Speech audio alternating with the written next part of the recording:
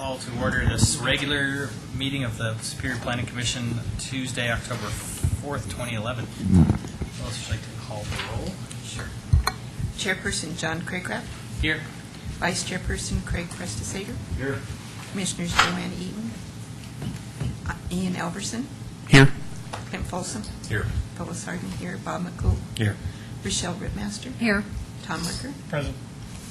Assistant Town Manager Beth Olsky. Present. Attorney Christine Strasdeski. Here. I know I butchered that. Planner Fred Fox. Here. Okay, good. Thank you. Item 3 on the agenda tonight is the public comment on consent agenda and non-agenda items. If anyone in the public would like to come address the commission on consent agenda or non-agenda items, this would be your opportunity. To come forward and state your name, give your address, please. Michael DiGiovanni, 841 Front Street, Louisville, Colorado. I'm the Director of Supply Chain Management for Boulder Creek Builders. Hang on one second. Did you want to do this now? Well, If he's going to be commenting on something that's on the agenda. Yeah, not the you're- consent agenda. So, Whatever works for you. This was stuff on the consent agenda or non-agenda items. So you're on the agenda. I think you're interested in the green building code, right? Yeah, yes. Can I? Sure, absolutely. And I'm new to this, so No, you're fine. Don't worry. Don't worry. I just want to make sure we capture it in the right place in the meeting. So So Beth Moisky, Assistant Town Manager. What Mr. Giovanni is here to talk about is a recommendation about the residential building, green building code. And tonight, the Planning Commission is here to consider the commercial. And so we sort of gave you a hint about that. We had met with them, and Ernie let you know a little bit about that in his cover letter. And so Michael's going to speak to what his perspective is, and then we can move on to commercial. So I would suggest, in the interest of their time. sure, that's fine. I just want to make sure. Okay. All right, thanks. Okay. Thank you, and please don't do anything Go ahead and special. just start your address over again real quick. Yeah, it's 841 Front Street, Louisville, Colorado. I'm the Director of Supply Chain Management for Boulder Creek Builders. And as a green building professional and a lead green associate, I've worked on a variety of green building and energy efficient projects, both in the state of Colorado and California. And I wanted to come here today to provide a local builder real-world perspective on the Superior Energy and Green Building Code. As many of you know, we're looking to involve ourselves in the resurrection of the Calmonte Townhome project. And I am assuming the intention of the current Green Building Code program was not to make projects like Calmonte cost prohibitive. In reviewing the current economic conditions and costs to construct, achieving the energy efficiency rating of 40% below the code is very doable. 45% becomes challenging, and 50% may make a project like this completely unfeasible. As a builder who prides itself on energy-efficient building practices and green features, we encourage programs like these and look forward to building an energy-efficient community such as Superior. We also typically go beyond the code. As you may know, Energy Star requires newly constructed homes to perform at least 15% better than code. Most of the homes that Boulder Creek Builders constructs perform 30% better than code, and we've recently modified our energy features to start reaching 40% as a standard. So all of our homes, we're trying to reach that threshold of 40% as an included feature, not through options or add-ons that people have to pay for. What we give them as an included cost. We do this with our included features so that all our homes achieve these standards, and we also pre-configure every home to allow homeowners to conveniently add features such as solar electric, solar hot water systems, pre-plumbing, engineered roof truss designs to withstand those loads. To go beyond 40% at a project like Calmonte would cost in the neighborhood of $30,000 to $50,000, depending upon where you put that. If it's 45 or 50%. Per unit. Yes. 45% gets you in the $10,000 to $15,000 range extra, and trying to go to that 50% gets you another $20,000 to $40,000. As you incrementally go further, each extra percent costs you that much more. To put this in a perspective, many builders who are building in the Boulder County area today, typically the production type larger builders, they're model homes with every included added feature that the the buyers can pay extra for will get them to about 40, give or take a percent. We're trying to get to 40 as an included. We offer other options that people can pay for if that works for them to get further and beyond that. We're trying to get beyond that, but the costs to get there are getting us to the point where we have to include these boutique things such as either geothermal, solar thermal, and the costs are getting prohibitive to making projects, cost effective. It's mainly due to the fact that we're outgrowing the limits of the building practices today that are readily available to us. On a production level, specifically a project like Calmonte, a lot of the projects don't have the optimum facing to get the best bang for the buck out of like a solar PV system. So we end up having to oversize those systems to get to where we need to be. With that, just we'd like to, try to get this project. If we could get involved with this project, our goal is to see it through to completion, and not have it stagnate like it has. And we think there were a lot of non-market factors that played into the project getting to where it is today. We're excited about the opportunity to get involved in the project again, and we'd just like to get involved with the concept that we could build the rest of the homes out there and not end up in a situation where the market pinched us to the point where we couldn't make it work. If you're interested in seeing any more, backup data, on any of the projects that I've worked on in either of the states, you can feel free to contact me. I'd be happy to share that with you. Like I said, once again, we pride ourselves on the projects that we build. We like to push the envelope and go further. We're not building custom homes. We're a little constrained by some of the costs. We're trying to build a reasonably priced home, and hopefully with that, you can understand that we'd like to just build a good home and not be priced out of putting this project together. Okay. Thank you. Yeah, thank you. Anyone else like to address the commission on consent agenda or non-agenda items? Okay, seeing none, we'll move on to item 4 on the minutes, which is the consent to approval of the April 19th, 2011 minutes. Chair would entertain a motion, or if you would like to make comments to the minutes. I have a correction or two. I can find a copy.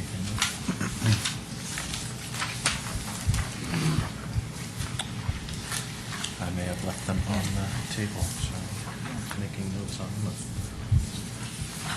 No, I got it. So on the motion, it says alternative stripping, and I think it means striping. So it's on page 4 at the bottom. And then rather increase to the right turn lane. I think lengthen the right turn Stripping lane sounds is more probably more. interesting. I know. Alternative stripping. Alternative stripping, that's right. And then maybe lengthen the right turn lane. I think increase to the right. I couldn't quite follow what that meant, but I think the intent was to lengthen the lane, right? I think that was, yeah. Okay, so minor changes to the minutes. I have a question on the consent agenda section. It mentions the minutes from March 15th will be revised. Was that done? I'm sorry, where was that? In the minutes. The minutes that were Yes. approved. Yes. I didn't see that. I want to bring that. It's been so long. Yeah. So yes. So we need to revisit the minutes from Yes. March we need- 15th. From March 15th, yes. And I missed that altogether. So I'm sure we redid them. I'm not sure why we didn't bring them back. We will do that. Well, we haven't done it. This would be the meeting to have done that. Yes, well, that's true. So we can wait one more. Okay. They're still sitting there. Yep. Could be February next year. Okay. Do I need to make a motion to amend the minutes, or we could just accept them as amended? You can just accept them as amended. Okay. It's a minor. Okay. Commissioner Eaton has moved to accept the second. minutes as amended, seconded by Commissioner McCool. Any discussion? All in favor? I abstained because I was not present. Okay. That's right. I have to abstain too. And you had to abstain. I had to abstain too, sorry. I thought, and Commissioner Rittmaster. Okay, so that passes. Item 5, new business discussion on the commercial green building codes. Staff have a presentation.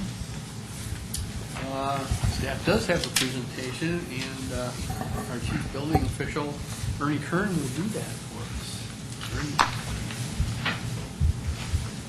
Welcome. Ernie Kern, the building official for Superior.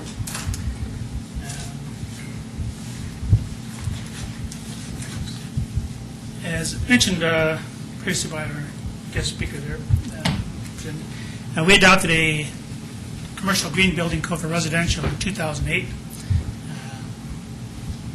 That was adopted. We haven't had, other than for basic finishes and small additions and things like that, we haven't really had use for it for our new construction, and so we haven't had any feedback on it. We had a meeting with Boulder Creek Builders. They wanted the town staff, and that's so they started looking at that because they're making a bid on that Calmonte project. So they wanted to get all their costs in order, and that's why he presented that information to us at the staff meeting and tonight at the board meeting. I think what he says makes sense, and it'd be just a matter of determining if we want to go 40% or 45% more efficient. Right now we are at 50% in the code, but since no one has used it, there hasn't been any feedback on it. So we would want to do that, and basically we need to know if we'd want, if the board would want any additional information on that, or if it would approve us just proposing that change when it goes to the council, the town board. So that's that part. Are you looking for feedback from us about that particular issue? Yes. It would be useful, I think, to know how that number got selected, and if the more aggressive builders,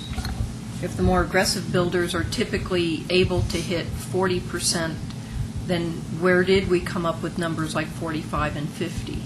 I think that, because I thought what the gentleman earlier had to say was very enlightening, and I don't think that would be our intention. Right. Well, basically, it came out 2008. What we did was patterned our ordinance after what the city of Boulder had done, and Longmont, and some of Boulder County. That's what they had put in. They probably took their stuff from LEED. They patterned it after that. And I guess this would be for new construction, when you're starting from scratch and coming in and doing a development, you can prepare for some of that stuff. And what that entails is trying to get your buildings to go east-west in the long dimension. Okay, Calmonte was designed before we did this ordinance, and all of those buildings are mostly north-south, which would be one hindrance for them to do that. So I think the number was just selected, and without, probably at that time, not a lot of feedback on it as to how it could be attained or not attained. I can research it a little more. Do you feel like you have appropriate measurement or metrics to be able to evaluate whether someone's hitting 40, 45, or 50% efficiency within that residential code? Yes. What happens is they're required to do a HERS test on the building. The HERS rating starts at 100. That meets the 2006 International Energy Conservation Code. Each code now has gone 15% better than that. So 2009 is that you would need a HERS of 85 just to meet that code, and a HERS of 70 would be required, 30% more efficient than 2006 in the 2012 code. What they would have to do would get a HERS rating of 60 or 55, depending upon So would it be prohibitive for the town to, there's something in the commercial code discussion, I think, talking about incentivizing builders based on rebates of permit or other fees, town fees related to the energy efficiency rating. So would it be prohibitive to you as the building official to incentivize the builder to achieve one of those ratings, and then by rebating whatever? So you could basically say the minimum threshold would be 40%, but if you can achieve 45 or 50, we're going to give you a break. Would that be a reasonable approach or no? Yeah. It's just, wouldn't you be looking at having to look, therefore, at either the 2006, 2009, or 2012 code? And we'd have to adopt that somehow? We'd have to put that language into our code for the residential. We're not proposing any other changes to the residential code. But wouldn't the town then have to make up the difference in terms of total fee costs? I mean, there's a cost for this. Right now, you get a building permit, there's a fee. You want to incentivize it, reduce that fee. That margin, that difference, is still going to have to be made up by the general fund, I believe, of the town, because it has to pay. Right. Yeah, and ideally, the permit fees are paying for Ernie and his staff and all that other overhead, right, associated with the building officials and building department. So, and any other sort of impacts to the town, I suppose, right? But if there's a cost differential there. Right. Well, that's what I'm saying is, We'd have to put it in, and we have to get approved by the town Right. board. We'd have to present it to them, make sure they realize that Yeah.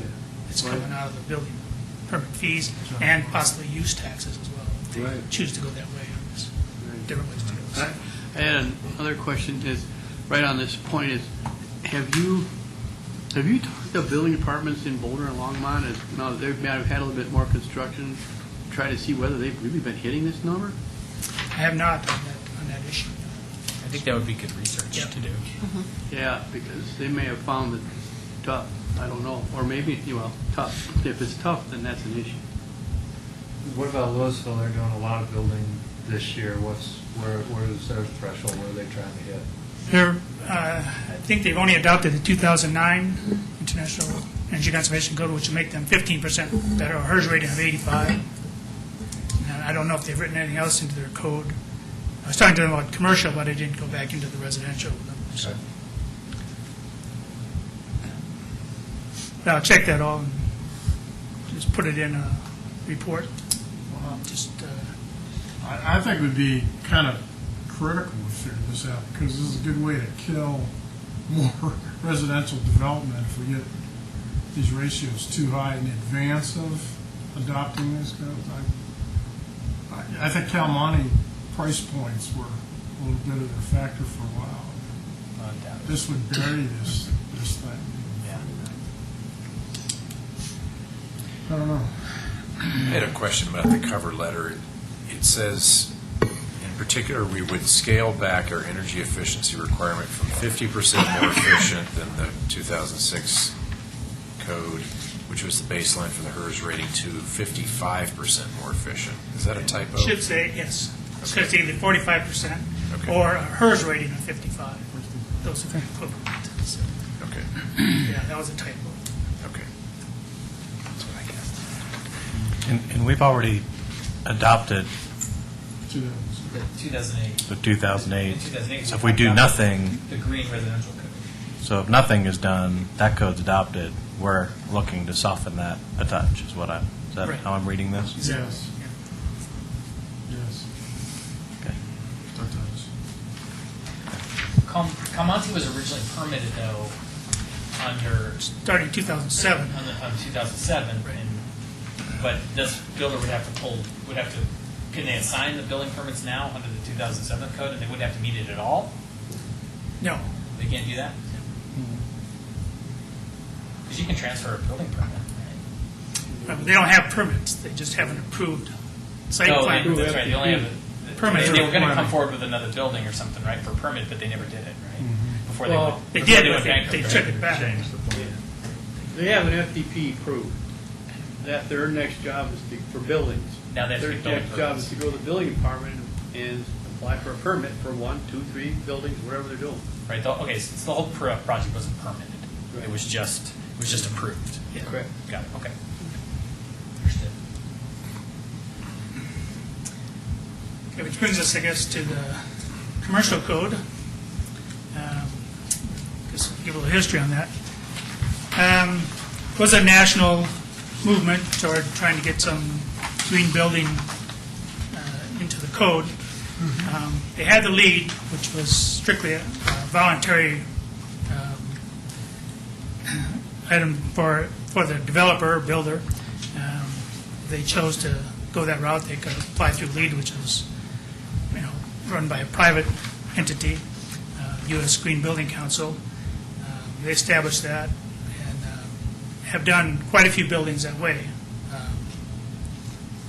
But there's been a consensus among code officials and the public boards and councils and such that they wanted something in the building codes that could be enforced to do that. So they started looking into that and came up with the International Green Construction Code, which came up with version 1, public version 1, which was printed and distributed, and they were looking for feedback, comments on that. When the feedback they got, they then developed version 2, which is what was given to you and is this book.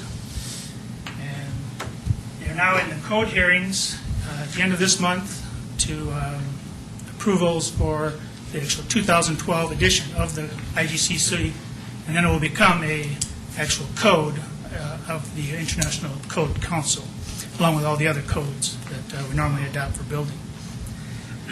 And then, of course, the towns will have the option of adopting that or not. As this is going on, there was the Boulder County Consortium of Cities. It was developed, of which Superior took part in. And one of their items, among many, but one of them was to adopt some sort of green construction for commercial, on a commercial level. And they came up with recommendations on that. Actually, the only town to act directly on that is Boulder County. Not town, but the only municipality is Boulder County. And they adopted things that they feel meet the requirements of the consortium. We're looking to adopt then the same. When we first were looking at this, we looked at adopting the whole code of this. I felt that might be too big of a thing to bite off and might put us at a disadvantage then for development here. So we wanted to go with Boulder County. We know, knowing that the other cities are going to follow pretty soon because they're looking at it, both at this and the 2012 code when it is printed. They'll be looking at that.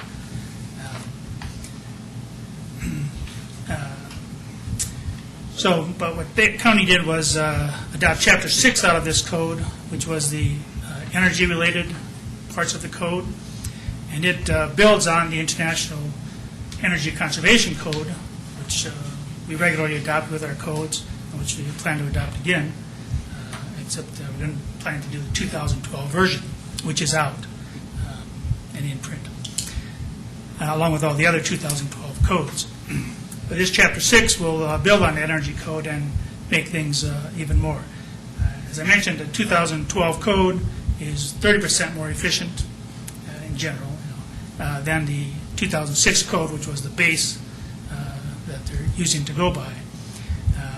And then in this code, you have different options that you can use to meet the energy requirements. And we can go through some of that. Okay. Can I stop it, Ernie, Yep. just 1 second? Have we adopted the 2009 No. code or We're the going to skip 2006? 6. We're going to skip the 2009 and adopt the 2012. And that's one of the things when Boulder County had said, they adopted previously before the 2012 was out, but he said if he was going to do it over again, he would have preferred to adopt the 2012 Energy Conservation Code. Because this Green Construction Code is kind of tied to that and builds on top of it.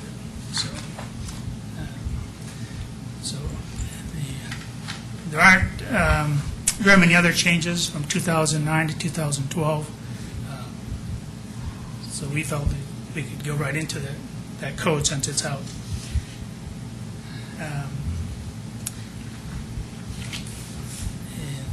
And then we, in addition to that, we would add in a couple of things in our ordinance about recycling, and waste diversion, that was also mentioned in the consortium report.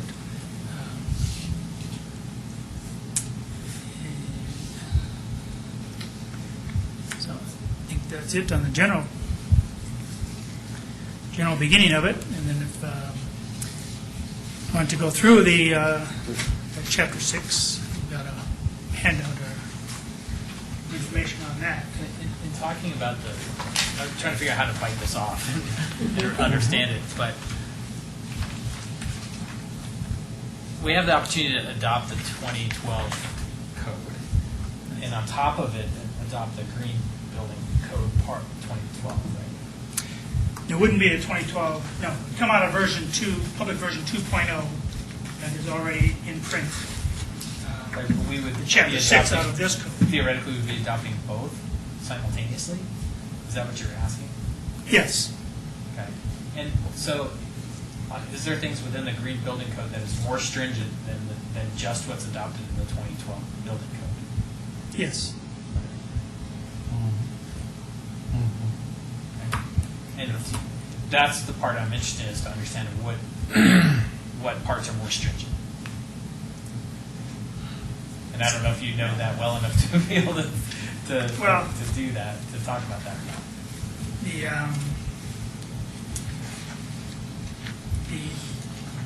Energy Conservation Code, the 2012 edition, would make a building about 30% more efficient than the 2006 code. The Green Construction Code actually gives options of how you would meet that energy efficiency, and would require that you be more efficient than that.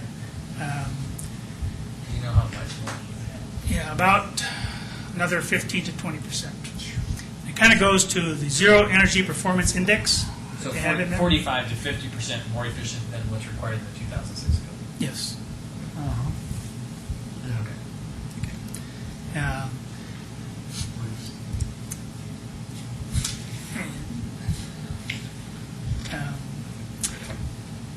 I guess what it really entails is a little more planning ahead of time, and coordination between your architect, your mechanical engineer, your lighting engineer, to get your energy down that way. And it's not infeasible. The goal is to get again, your ZEPI is a scale from 100 down to 0. And so we'd be looking at the current code, 2012 code, we give you a ZEPI, I think, of 71. And they're looking at starting at a ZEPI of 51 for the IGCC. So it's 20 points better than that. And Does this still have a lot of redundancy built into it? there is, by meeting the International Energy Conservation Code, you're already going to be at a ZEPI of 71. Now you've got to improve that to get down Right. here. Which makes it more stringent and more Yes. likely to have redundancy factors being twice as high as what's been in the past. But not redundant that way, because it's, Right, I'm just generalizing. yeah, it's not really redundant, but because you'd be using the codes together, and it would all be done in your planning stages of building construction. So you really would be looking at mostly your International Green Construction Code, and just making sure that when you do that, you've met the requirements of the International Conservation Code. But I mean, the Department of Energy is kind of behind pushing the Energy Conservation Code down each time they go along there, and that's what they're pushing. And eventually, the dream, I guess, would be to get down to a ZEPI of 0, where buildings would That's be zero. zero. And they do make, I mean, you can meet that, I mean, it's done, but you gotta use. NREL is net zero. Is there it's a zero? Can we take a tour? I have a question. See how they did it? I have a question for Ernie. Procedurally, in kind of a global perspective, if someone submits a building permit, you're meeting all these codes, or whatever, do they submit to you a report that says this is what we're meeting? And if that's the case, does that report that have to be certified, or does that put the burden on you to try to figure out whether that's full of monkey business, or is a bona fide report that you can, sort of like the way we have it now, we've got an engineered stamp plan, we look it over, but the onus is on the engineer because he's got his stamp on there? Is that the same thing that's going on here? Because this is getting quite complicated. They would still have to, yeah, the engineers are still going to have to be involved, they're still going to have to put their stamp on the drawings.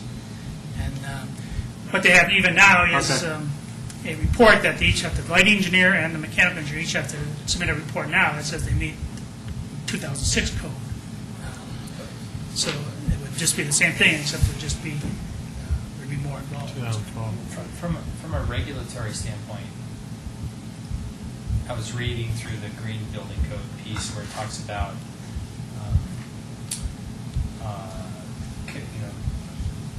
costs of commissioning, costs of the compliance and ongoing reporting. And is that something that the town is ready to have to take on and enforce somehow, or evaluate, right? Because that, you know what I mean? They're saying not only do you have to get to this net number of efficiency, but then you have to prove it to us every year that you're doing that. And are we prepared to take that on? It's not for proof to the town or the building department. It's to show the owner where their building is going. So if you look at the reports that come out, they have to have, there's a lot of monitoring involved. Okay, so it's showing how the building is performing. That information goes back to the owner with just a copy to us. And it's not, we're not, by the code, required to act on it. It's up to the owner to do what he needs to do to keep his building. Yeah, so the cost, but the monitoring piece is an energy management system, which can be a fairly hefty price tag item in the cost of construction. Can be, yeah. And so when the engineer certifies this, they don't turn over the accounts to the owner. Yes, they're It would be required part to of- give the report. It would be part of the documents. The commissioning report and at the end of the project to show that the building meets the design purposes, and then monitoring as they go on. Is it the level of sophistication to do these types of projects would be dramatically increased? And I know architects and contractors that can do these types of projects, but there are a lot of commercial contractors that would not necessarily be able to achieve these kinds of projects just because they don't have the expertise to be able to do that. And so I guess I'm kind of concerned about that. Probably be hiring consultants to Well, that, wrap them up. yeah. Another burden.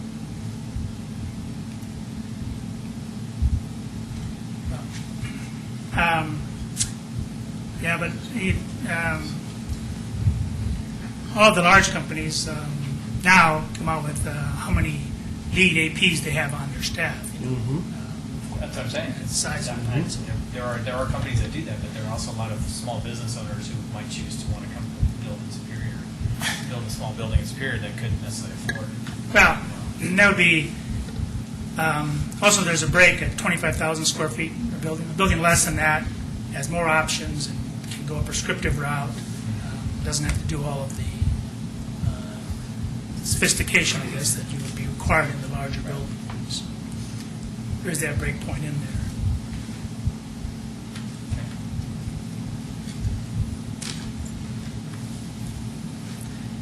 And it would be, I guess, a more intense review from the building department, staff required.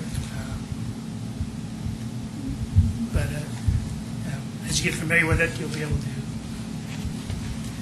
the time will be like anything, as you get more familiar with it, your review time will diminish for each project. So.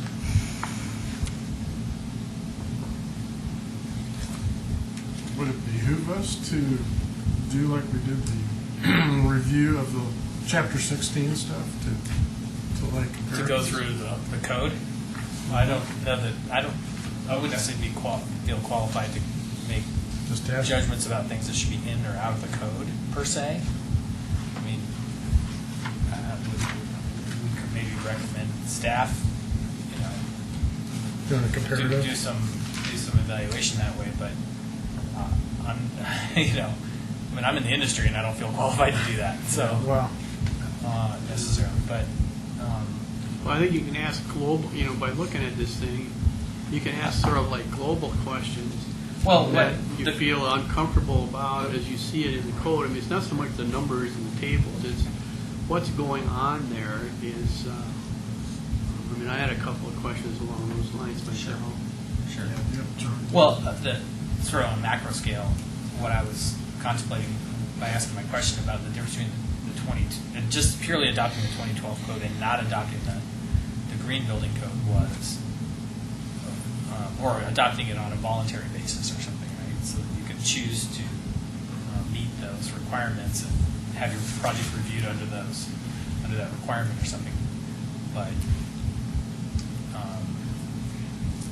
are we making a big leap by saying we're going to make not only projects 30% or whatever more efficient, we're going to make them 50 or 49% more efficient?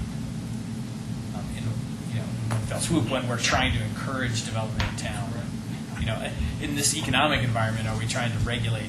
Is it a wise decision to regulate additionally that will drive costs that could potentially make a real estate project prohibitive? I guess the other thing, That is not necessarily for us to decide that, but I think it's something to consider. there are reports out as to the increase in costs, and USGBC did a report that said that to meet the LEED certification, you only get 3 to 5% more cost, and your payback on that from energy savings and other items is like 3 to 5 years. So now there's contractors and such will probably come back with something that says more, but it's more anecdotal than the study was done.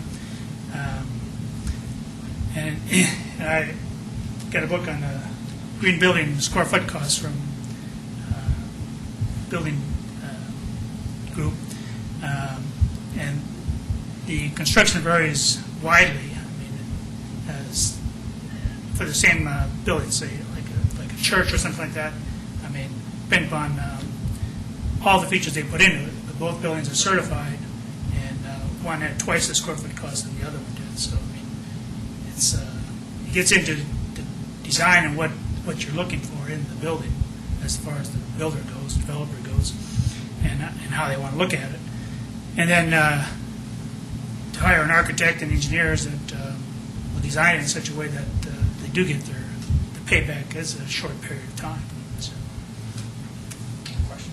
So I think what we're looking at here, and I don't know how you take something as detailed as these things and step back, and it's kind of like what Fred has been getting at, and I think John, in terms of trying to say what are the best practices that we can expect to find in construction in our city, because I think that's what we want. We want what would be considered best practices, but best doesn't necessarily mean like the theoretical best, which then costs theoretically, umpteen more, but best standard practices, bang for the buck, that kind of an approach.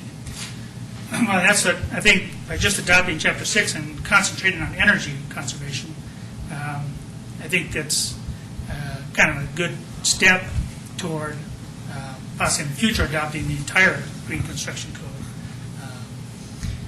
which is what we had looked at. But doing it this way, we kind of match with Boulder County, what they're doing. So people building here are going to get familiar with it. They'll see that communities around here are looking to go that way, so I don't think it'll be outrageous or constrict development that was going to go on anyway, especially with somebody who knows the lead system or the green codes in any way, that to see that they can do it to get the small payback on their investments. As I recall, I mean, Boulder County, there was quite an uproar, at least from the residential side, of when they were rolling out the new codes and the stringency that, I mean, even from my point of view, where I'm very energy conservation conscious, it seemed almost out of step and out of bounds. And I wonder if it would behoove us to not necessarily always try to keep up with Boulder, because as they overstep, then they get corrected back. You know, who has been able to build under that the new guidelines? And if the answer is, well, nobody's really done that yet, that may be part of the answer right there. Yeah, and we aren't. We're not. This, you know, when we adopted in 2008, it was based on the earlier versions of the Boulder Code, so we're not going as far as they're going toward that in their revisions that they made as they went along.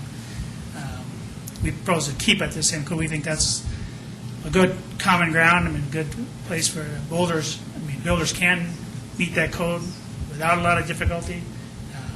Again, it just takes, even in the Energy Conservation Code now, we're required to do a certain amount of design on your mechanical systems and your electric to make them more efficient. So it doesn't take a lot more to meet our residential code. I think the same would be true of just the Chapter 6 of the Energy Conservation Code.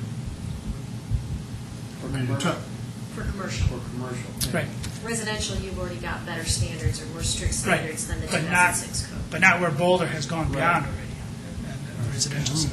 We're talking about goals versus objectives here, largely. Some of it's experimental. Well, if you're adopting Chapter 6, though, then It's objective. no, it's exactly. It's an objective. You were going to achieve Yeah. achieve Our the commercial requirements of the code. development is going to be across the street. I mean, that's where this thing is going to land. Yeah. Sure. If those guys, I mean, there might be some smaller deals, but, I mean, that's where it's going to land big time if a project, you know, can pull itself together over there. And that's what we need to, I don't know, what are you going to do? I mean, if you want to adopt a commercial code on the Ernie's recommendation, I mean, there's always, maybe there's, if there is experience that's being found or developed here in the county amongst other municipalities, wherever, you could always, I suppose, you could hint, cut back. I mean, it's just really driving people nuts, but you can always do that. I mean, without a lot of experience, it seems like you're not quite sure exactly what effect it's going to have. Well, you can have hunches because you guys are in the business. Yeah. And this recommendation here talks about just adopting, I think even your motion says, or the recommendation is to approve Chapter 6 of the International Green Construction Code under the green requirements. Are there problems if we're operating under the 2006 code and we're only adopting this version of the Chapter 6 of the Green Building Code? Does it more tightly mesh with the 2012 code? And we should adopt the 2012 code before we adopt Chapter 6. See what I'm saying? Yeah, we're proposing to do them at the same time. Okay. But even if you didn't, if you only had the 2006 code, you could still adopt this Chapter 6 here. It would just exceed that code by I understand. 40% instead of 30% of this code. Do you need to see the code? No. No, can't get them. I don't have one.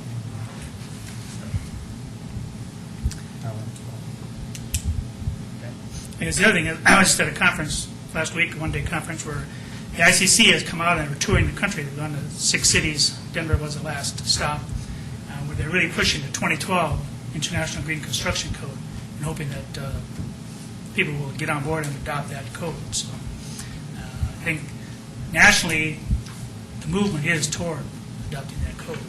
And I think that this way, Chapter 6 out of that code gets us going in the right direction. And then a year or 2 years down the road, we can look at the 2012 code when it's out, of the IGCC, when it's out in print. What precipitated doing this now? The town board goals have been for a couple of years now to adopt a commercial green building code. And that's why they were involved in the consortium of cities of Boulder County, and came out with those recommendations in there. And just as one of the town board goals, to get a green building code for the commercial side.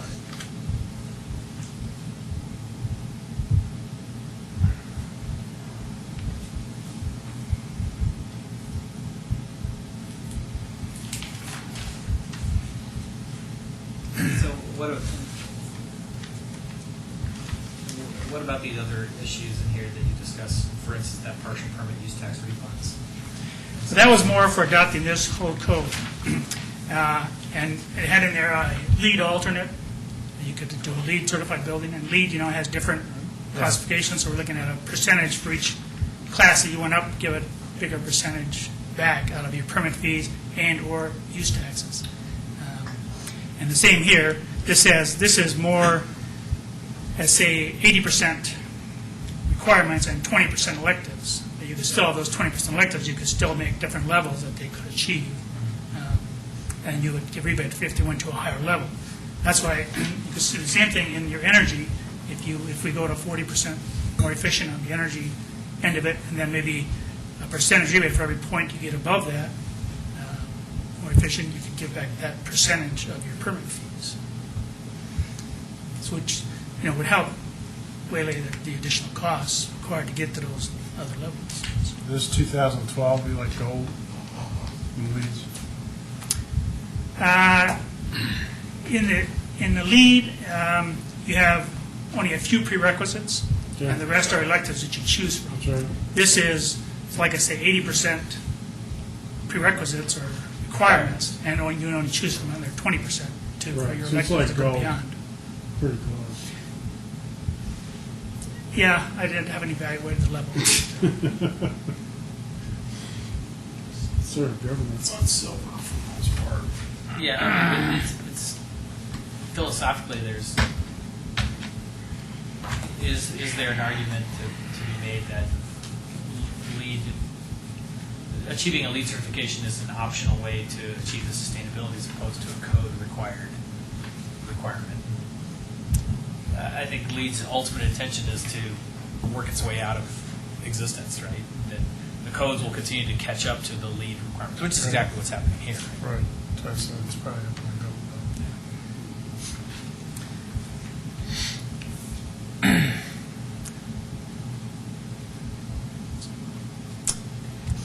Yeah, and LEED is strictly voluntary. That's why town boards, councils, and such government agencies were looking for something that was more code and requirements than just voluntary.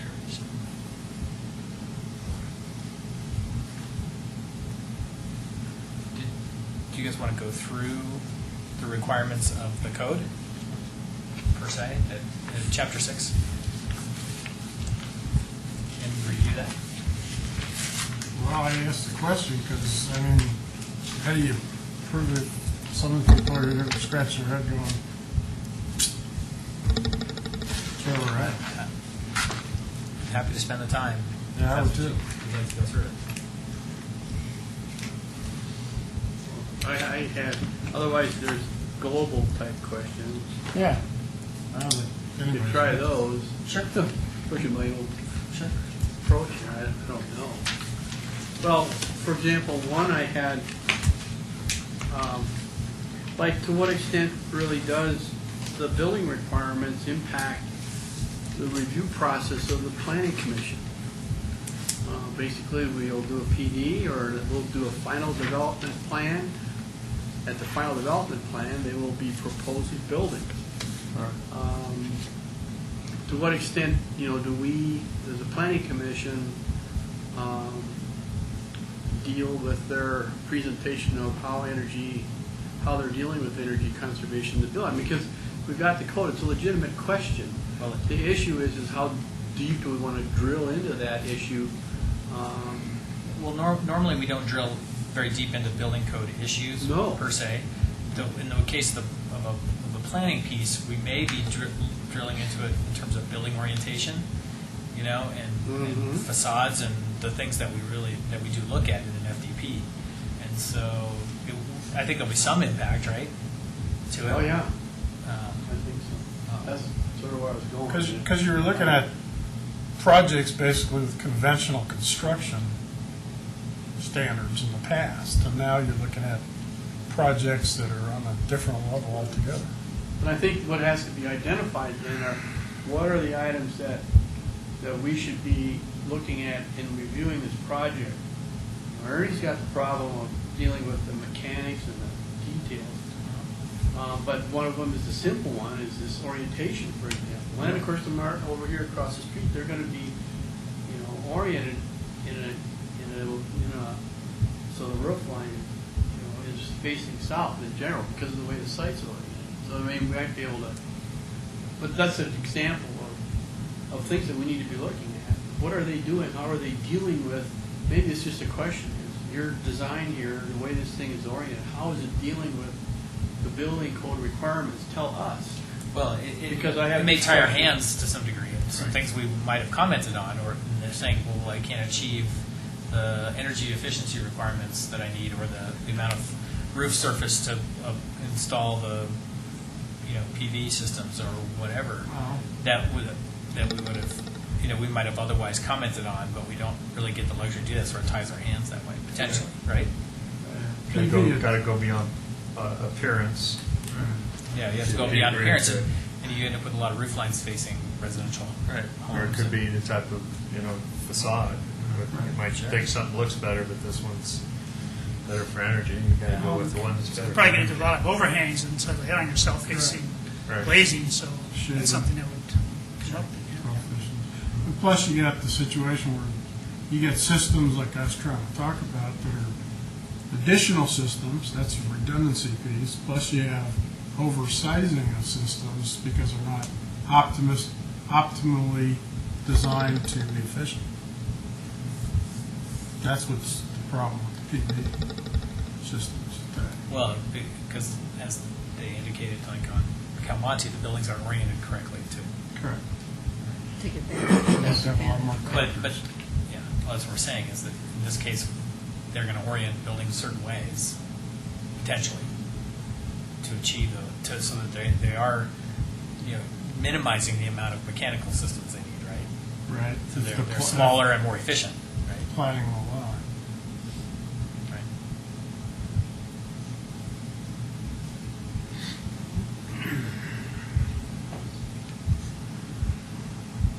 What else, Jeff?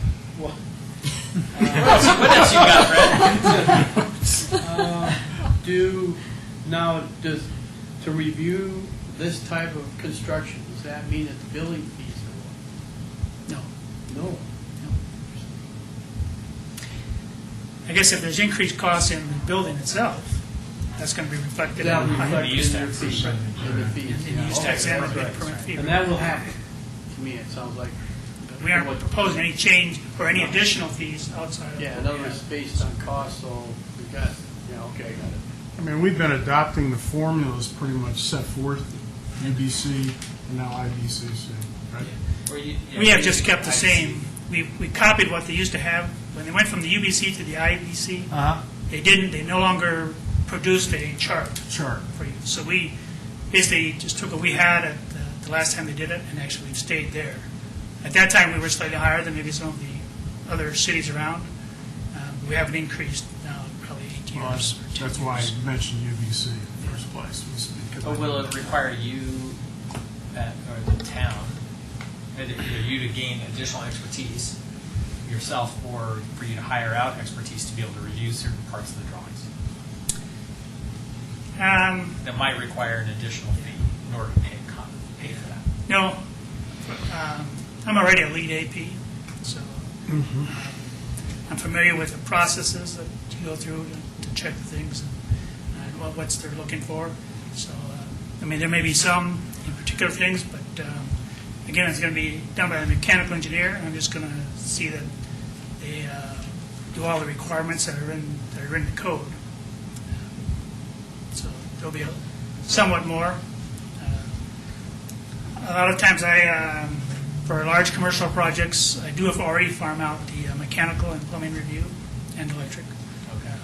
So it would be an onus on them, I guess, to do a little more. Okay.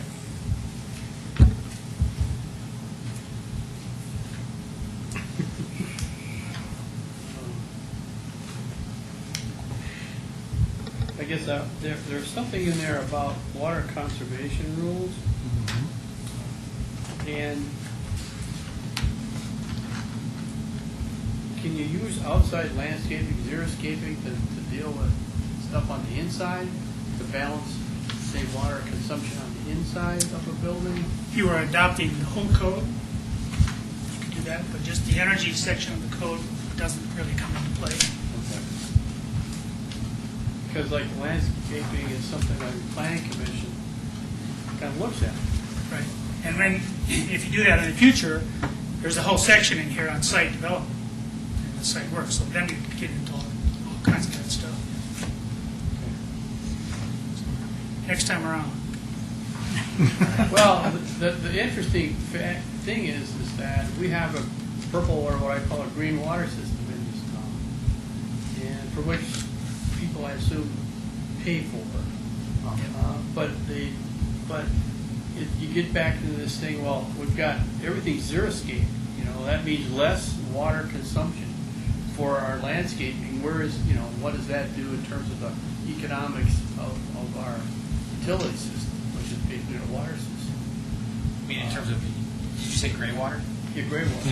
Yeah. In other words, you well, do we'd be less, stuck you with a go- lot of gray water? Yeah. Is that what you're saying? Pardon me? We'd be stuck with a lot of gray water? Yeah. More water to treat.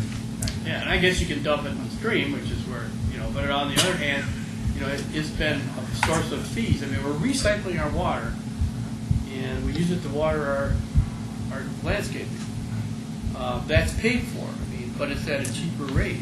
Well, pretty soon, if you aren't using it at all, then you've lost that revenue. It's the same problem any water district has now, where everyone's conserving water, and the rates are going up because they can't cover their costs because the volume isn't there anymore.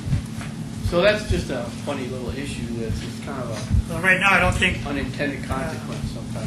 we're not producing enough gray water for all the landscaping that you do, so they're using raw water to supplement it, which is not treating it, obviously, it's just the raw water.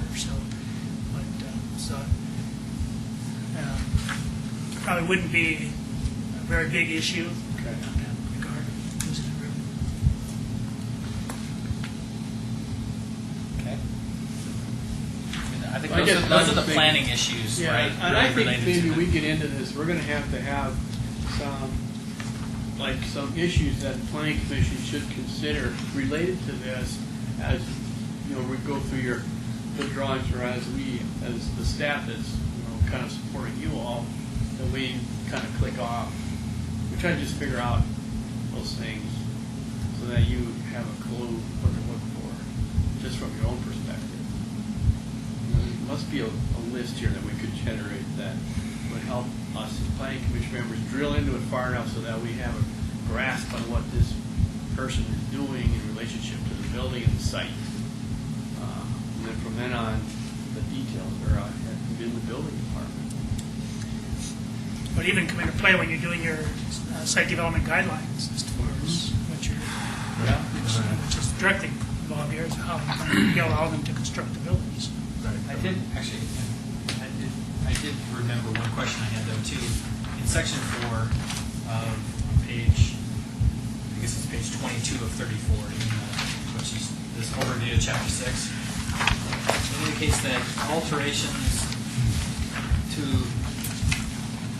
for alterations to existing buildings, energy used after the alterations must not exceed the energy used prior to the alterations. In fact, it's basically saying if you can't put less efficient rooftop units on or something like that, right? Right. But it doesn't mean that if there's a use difference in the building that required more energy use or something, you went from a dog washing store to a Restaurant. ice cream store where you suddenly have a lot of refrigeration requirements, you wouldn't be allowed to do that.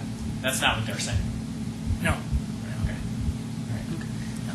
And that's, even if that doesn't get into that sort of thing because it's so small, but if in a major renovation, or like say in an addition, you can't do the addition and then start using more from the existing part of it. You've got to keep that the same or less, and your addition has to meet the IGCC.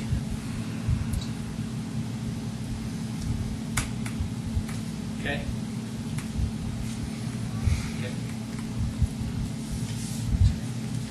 I think everybody's finding whether it's leads or whether it's IGCC. At this point, I think a lot of people don't know what the cost implications are. I mean, I can understand the Department of Energy's zero guidelines. We're at work here, but I'm sure that a lot of people are concerned. I mean, I think there are a lot of design professionals and builders who would tell you that actually achieving a lot of the lead requirements don't necessarily add cost to the project even. I think Ernie said 3 to 5%. In some cases, some builders will be able to build things for basically zero cost difference and it still achieve lead rating. Signature Center down in Golden, for instance, they built that building which was the first LEED Platinum building, office building built west of Mississippi, and they did it for $185 a foot. And they argued that they could do that all day long, and that would be pretty. It's a 6 or 7 or 8 story building. And they could. That was equivalent, at least equivalent to just building a typical office building the way they would have built it before. So. It's interesting. So from the cost perspective, it's more the regulatory piece I think I was worried about in this, but do you feel like that's sort of a non-issue? I've hung around a lot of GCs, and What's 3 to that? 5. I've hung around a lot of GCs, I guess, in my life, and 3 to 5 is very optimistic in most cases. In real cost, I mean, you take bids all day, and see the difference. So Yeah, it comes down to design. design is the big Design issue. choices, right, that you make Mm-hmm. in that design and how you build the envelope. Okay.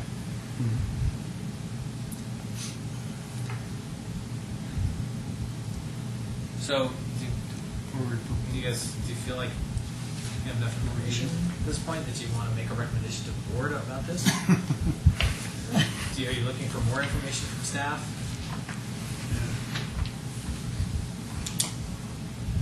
You've been awful quiet. Oh, yeah, I mean, The left side of it. this is a lot to absorb in Yeah, the few days we've had it, so I guess I don't feel qualified. I mean, we spent quite a bit of time going through page by page of Chapter 16, just making sure we understood what was going on. I don't know that I'm suggesting that, but Well, that's why I suggested if you yeah. wanted to go through this in more detail, I'm happy to do that. Yeah. We can do that now. I'd be hesitant to approve it without Right. understanding it better. I mean, The questions is staff prepared, are you guys prepared to talk about this in more technical detail? We can get pretty technical. I mean, a lot of us behind, to be quite honest with you. I mean, Ernie's he's the one who's got the expertise for this thing. Right. It's really going to be a lot of him, in terms of how you want to approach that. The content isn't as big as Chapter 16. We know that, so it might take a little less time to engage. Well, which one are you? I mean, are we? Well, I think if you wanted to go through it, What- you've got to go through the big dog. Right. Yeah. We're not going to get that done tonight. No, that's nice. So should we go through it in more detail individually and develop questions on specifics? And Yeah. just address specific questions rather than line by line? Getting an explanation line by line. Well, what we did do too was when we tackled Chapter 16, we bit this into bite-sized pieces. Right. And talked about it. Right.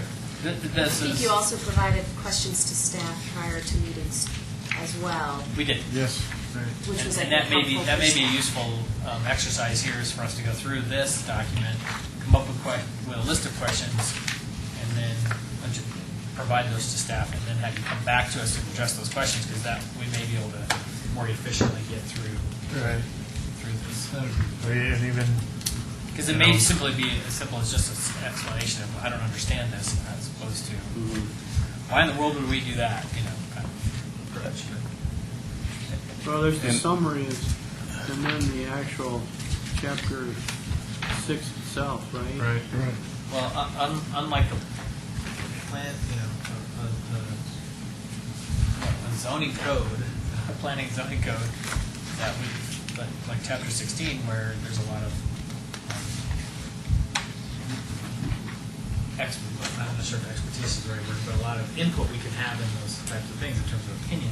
There's a lot of technical data in here which we don't even Oh, yeah. evaluating. I mean, I'm sitting here think looking, we I didn't mean, even try. I haven't read a paragraph here that I could tell you that I understand. I mean, Right. that I could really. That's why we pay you big bucks. So going through this in detail, I mean, we could spend years because, I mean, so I don't know what's appropriate for us to do, but I can't do calculations That's on the why I was CO2 each suggesting that I version wasn't based as on. interested I didn't feel Understand. qualified to make technical Yeah. comments to this. I don't think that's our role in No, any shape or no, form anyway. Right. We're not going to rewrite this. We're going to understand it, is what we're trying to do. Well, I'm not even, so I don't even know how reasonable that is. Truly. Well, I and mean, it isn't in our Start purview taking a to test to understand a building code per se, right? It is in relation Right. to, and maybe what we could do is look at this, if we're going to give ourselves direction, is to have a look at this, is to look at the things we talked about in relation to planning, and say, Right. how does this chapter 6 affect planning issues like orientation, landscaping, whatever other things that may pop out of this? If you read it with that sort of eye, how does it affect planning issue? And that may also limit the questions that come out of it too, right? For us. Yeah, and it's at that final development plan stage, really, where you're looking at a specific building. There are a set of buildings in a particular area on a site, That's where that's when it comes into play for us. If you're at the PD zoning stage, you're going to say, in the notes, they have to comply with a green building standard. Boom, on to the next, note. But when we're at that level, the FDP, it's good to have a little bit of grasp on asking them questions about how they're dealing with the green building, because we're implementing one of the goals of the town board in our discussions. But I do At a want you planning level, not at a building inspector level, or building official. So if I would be in favor of that, of at least having everyone look through this document and look for planning-related issues that we There should you go. discuss, and then bring those forth as questions. And I mean, I don't know what other public comment there are. I'm not quite sure how to evaluate what, remember his first name, Mr. DiGiovanni, brought up earlier, and to whether I want to say, I'm concerned about that issue and therefore want to do X, or, I mean, how do we gain, do we have anybody in town who can speak to whether that's really true? Are we going to increase the costs of residential building to the point where it's cost prohibitive to finish even an existing project? And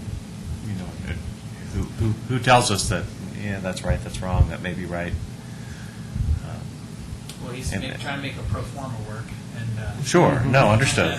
No, I mean, I get that, but, if something's driving cost up that makes the pro forma not work, he's going to come back and say, hey, you guys, a little stringent here. yeah. Because, remember, there's a lot of built-in inherent evaluation techniques that are built on conventional methods. So this is all new. I think what would help me understand whether this is a good thing or a bad thing is to really get a better grasp on the cost implications. Because I think for the town, we're looking at town center as one big, huge project coming down the pipeline. So how does something like this impact that percentage-wise? And then we're also going to be dealing with tenant finishes or redos of existing projects. Maybe something in the marketplace gets revamped. How does that look? So I think we've got to ask the question, yes, we've got these goals of increasing sustainability, but are we really pricing ourselves out of doing anything in the goal of sustainability? Along those lines, what my interest would be is, are we competitive? It's not, it's for our region.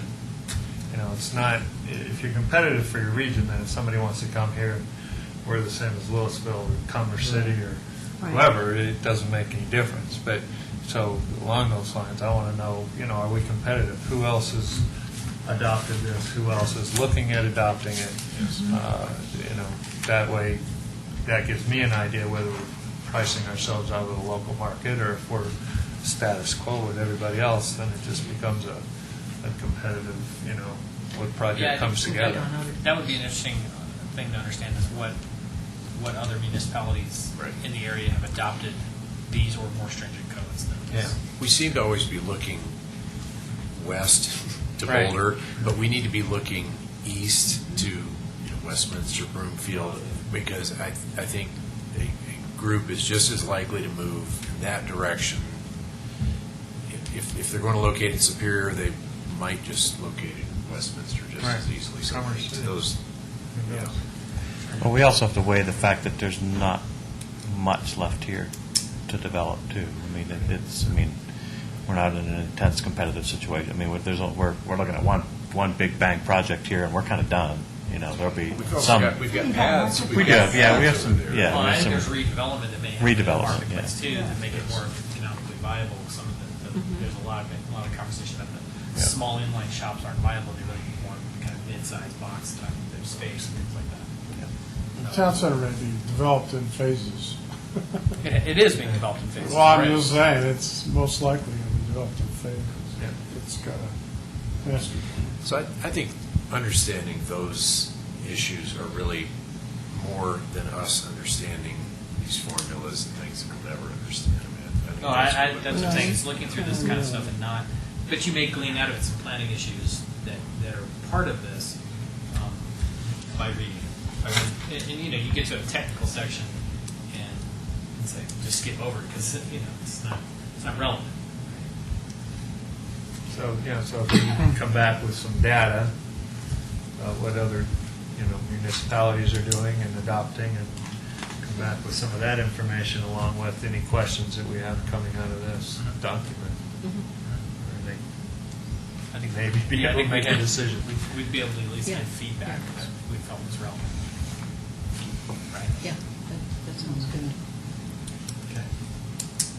That seemed like a reasonable approach. So I think for the next meeting, the commissioners can come back, 2 weeks would come back with those questions. Whatever they may be.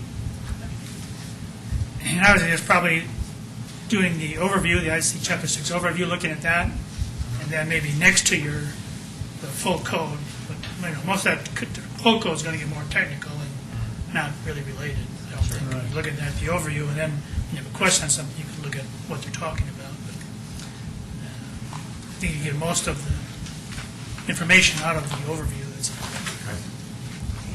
I know I'm going to spend my time on the table 6.095, the minimal fenestration. So Yeah, you have to take a test on it. that's right. Yeah. Okay, sounds reasonable. Okay, thank you. Anything else on this green building code issue? Okay. Yes. One more. No. Future, when you get to residential, they also have the green building standard that's produced by ICC. And we also looked at that before we decided just to stay with what we have.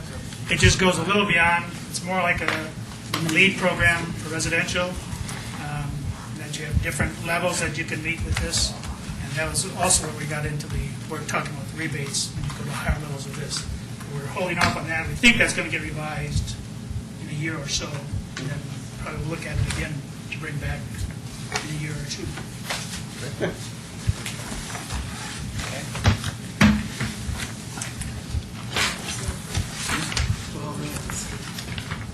Yeah, look, when do you want to go go over this again. Do you want to meet in 2 weeks or wait until November?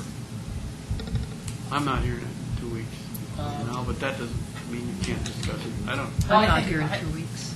That's relevant. Well, I think, there's 2 weeks. I think if we can come, just to keep this thing moving, I think Yeah. if we came back in 2 weeks and at least submitted these questions and had whatever other dialogue needs to happen around those questions, and if you're out of town and you want to submit the questions by email, that's fine, right? Wouldn't that be okay?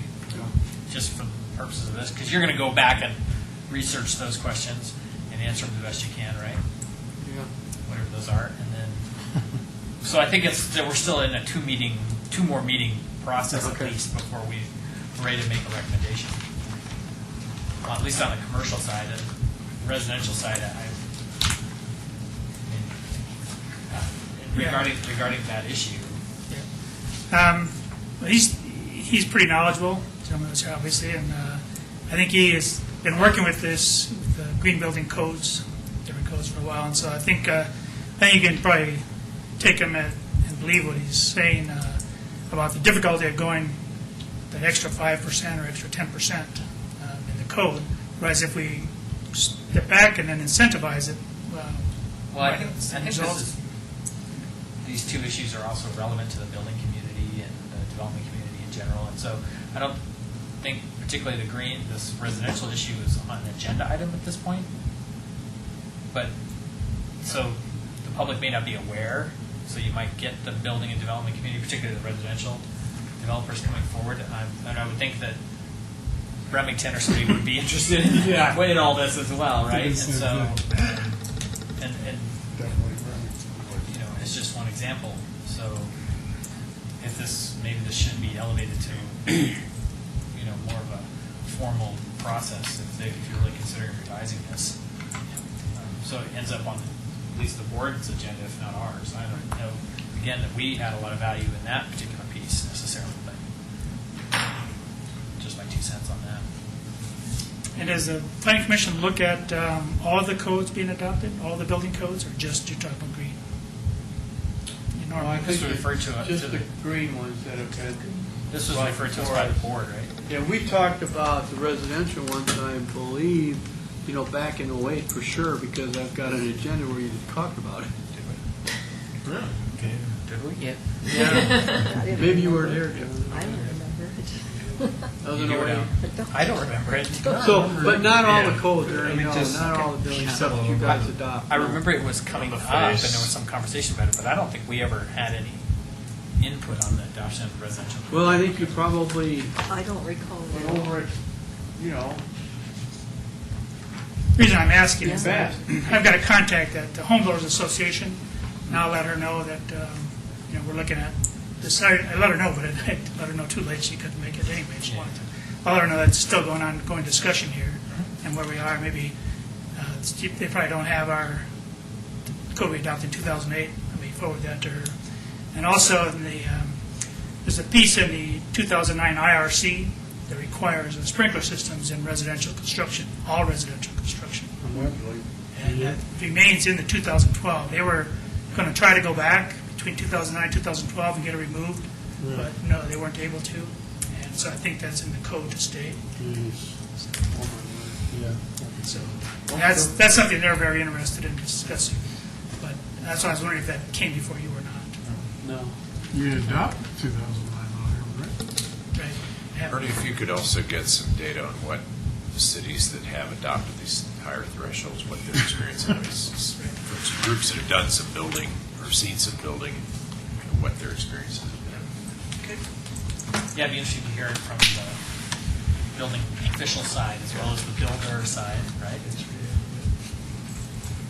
So, okay, thank you. All right, thank you. That concludes item 5 on the agenda. Item 6, staff announcements and miscellaneous. Beth, do you have any of those? I'm not here this time. Just looking forward to seeing you next week. We are working on some sign permits.